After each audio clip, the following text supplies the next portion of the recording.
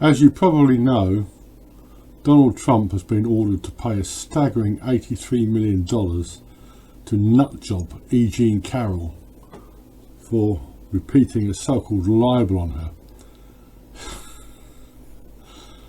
Absolutely ludicrous. I would like to ask the question, can we exonerate Trump?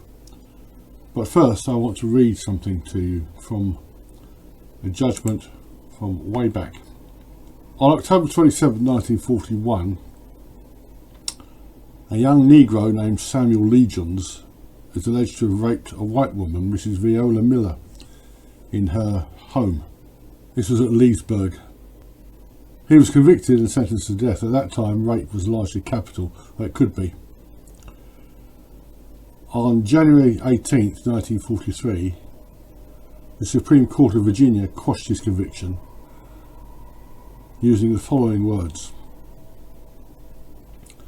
"We are mindful of the force of a jury's verdict approved by the trial court, but we have said time and again that we are not required to believe that which we know from human experience is inherently incredible. What we know as men, we are not required to forget as judges." I will post a direct link to the case on the International Full Slope Timeline. If you haven't seen the timeline, please check it out. There's now well over 6,000 entries on it. Now, what the court is saying is that the full circumstances of it was that her husband was present, and I mean, it was extremely unlikely. Whatever happened there, whether it was some sort of bizarre threesome, she wasn't raped. Just because something is incredible doesn't mean it can't have happened, or highly implausible. A case in the news at the moment is the horrible case of Fritzl, who you may recall was the bloke who built I mean what he did was not only beyond the pale but beyond belief.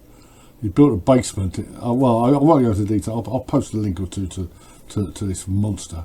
And they're actually talking about letting him out now. I think he's actually been seen in a cafe, sort of pre-parole. I mean, just horrible case. But with the Trump case, we were expected to believe that it's been narrowed down to 1996. This phantom rape, or phantom assault. He wasn't found to have raped, only to have assaulted her. It's been narrowed down to 1996, and we were supposed to believe that then one of the most famous men in New York, one of the most famous men in America, left his office or his building, whatever, went to Bergdorf Goodman, forced himself on this woman. Nobody noticed. No, she didn't cry out or anything. No, the whole thing is just complete bunk, and any rational person realises it's bunk without anybody noticing. I mean, it's insane. Nevertheless, the jury, for whatever reason, sided with this whack job. Now, the question I want to ask is, can we exonerate Trump? I would have assumed that at that time, and indeed every time, Trump could itemise every, if not every hour of his life, then every day of it. He could tell you where he was every day. I mean, the Queen of England, I mean the Queen Elizabeth, who died last year. 2022, I think, wasn't it? Well, I mean, the Queen Elizabeth, literally every minute of her existence was documented. Trump and other billionaires are not quite so. They're public figures, but they're not public servants, as it were. Well, he was when he was president, but I would assume he wouldn't go anywhere without bodyguards and the like. Now, here is what I'm thinking of.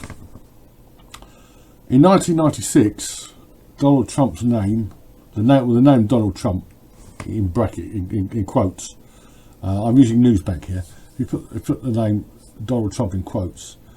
For 1996, it comes up in Newsbank 2,770 times. Starting with January the 1st, we've got 1, 2, 3, 4, 3 entries for January 1st. January 2nd, 1, 2, 3, 4, 5, 5. There'll be a lot of repetition and so forth, but it should be possible to determine where Trump was on every day of that year. I'm not going to do this. I would have thought he would have had private investigators working on the case. I have recommended to him, I've emailed him more than once, and I've actually written to him snail mail. Excuse the creaking desk, there's no way around that, I'm afraid. I've written to him snail mail and to his wife and to, I think, both his sons now. No response at all. But it should be possible to tell exactly where he was on every single day of the year.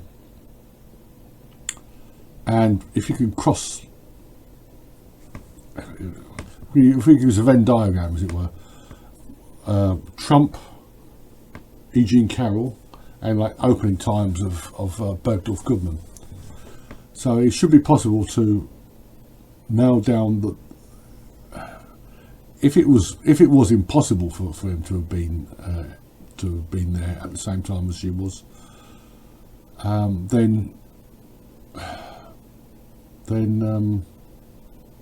that rules out, and he could get a retrial on the first. Well, he could appeal the first libel judgment. And there's all sorts of ways of doing this: bank cards, phone records, photographs. It would cost a lot of money, but nothing like as much as $83 million. Now, I can't do this. I'm surprised that Trump, or someone close to Trump, hasn't done this, and I'm very disappointed. The final thing I'll say is that, for those of you who don't know it, that Carroll based that phantom rape in Bergdorf Goodman on a 2012 episode of a crime series. I'll post a link to that below as well. But for Trump fans and for people who are interested in justice, and like me, false rape allegations, and if anybody's got deep pockets, please go ahead and do it. And if anybody gets slightly deep pockets, please leave a donation below to buy me a coffee or my PayPal. Thank you.